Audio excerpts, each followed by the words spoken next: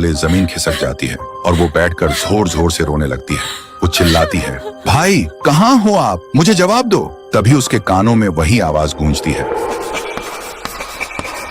वो पीछे घूमती है और देखती है ब्लैक बोर्ड अपने आप लिख रहा होता है, अर्जुन मिस्ड रोल नंबर 13। देखते ही रिया की सांसें रुक जाती हैं और वो समझ जाती है कुछ तो बहुत डरावना है यहाँ। कांपती हुई आवाज में रिया बोलती है, तुम कौन हो और ब्लैक बोर्ड पे जो लिखा है उसका मतलब क्या है?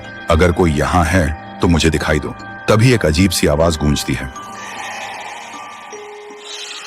और एक परछाई दिखाई देती है। एक लड़का स्कूल यूनिफॉर्म में, उसकी आंखों में सिर्फ दर्द। वो कहता है, सब मुझे भूल गए। रिया पूछती है, तुम कौन हो और चाहते क्या हो? परछाई बोलती है, मैं हूँ अर्जुन, मिस्ड रोल नंबर 13। आज से 5 साल पहले की बात है। मैं बचपन से अनाथ था।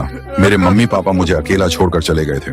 एक दिन क्लास के सब बच्चे मुझे कालुआ कालुआ कहकर चिढ़ाने लगे। मैं काला था, इसलिए मैं रोता हुआ लाइब्रेरी की तरफ भागा और जब मैं लाइब्रेरी में घुसने ही वाला था तभी देखा मैडम और एक डॉक्टर किसी अजीब चीज के बारे में बात कर रहे थे और तभी किसी ने मुझे पीछे से जोर से मारा। मेरी आंखों के सामने अंधेरा छा गया। जब मेरी आंखें खुली तो देखा मैं लाइब्रेरी के अंदर टेबल पर पड़ा था। डॉक्टर और मैडम भी वहां थे। मैं चिल्लाने की कोशिश कर रहा था लेकिन न चिल्ला पा रहा था न हिल पा रहा था। तभी मुझे पता चला ये लोग स्कूल के बच्चों को किडनैप करके उनके ऑर्गन्स निकालते हैं और उन्हें बेच देते हैं। फिर उसी दिन मैडम ने प्रिंसिपल के सामने कुछ बहाना बनाकर लाइब्रेरी को हमेशा के लिए बंद करवा दिया। गांव वालों के सामने मुझे मिसिंग बता दिया गया। तब से मेरी रूह इसी लाइब्रेरी में भटक रही है और हर रात 12 बजे घंटी बजाता हूँ,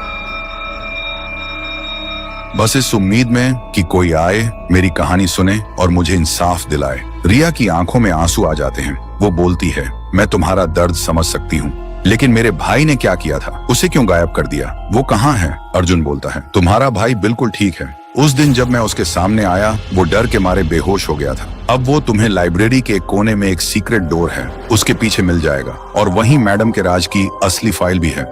अगली सुबह रिया और साहिल गांव के लोगों के सामने आते हैं। साहिल को जिंदा देखकर सब लोग हैरान हो जाते हैं। रिया वो फाइल सबके सामने रखती है जिसमें मैडम का हर काला सच साफ साफ लिखा था। कुछ देर बाद पुलिस आती है और जो भी लोग इस राज के पीछे थे सबको गिरफ्तार कर लेती है और अर्जुन, उसे अब इंसाफ मिल चुका होता है। उसकी रूह धुआं की तरह हवा में गुम हो जाती है।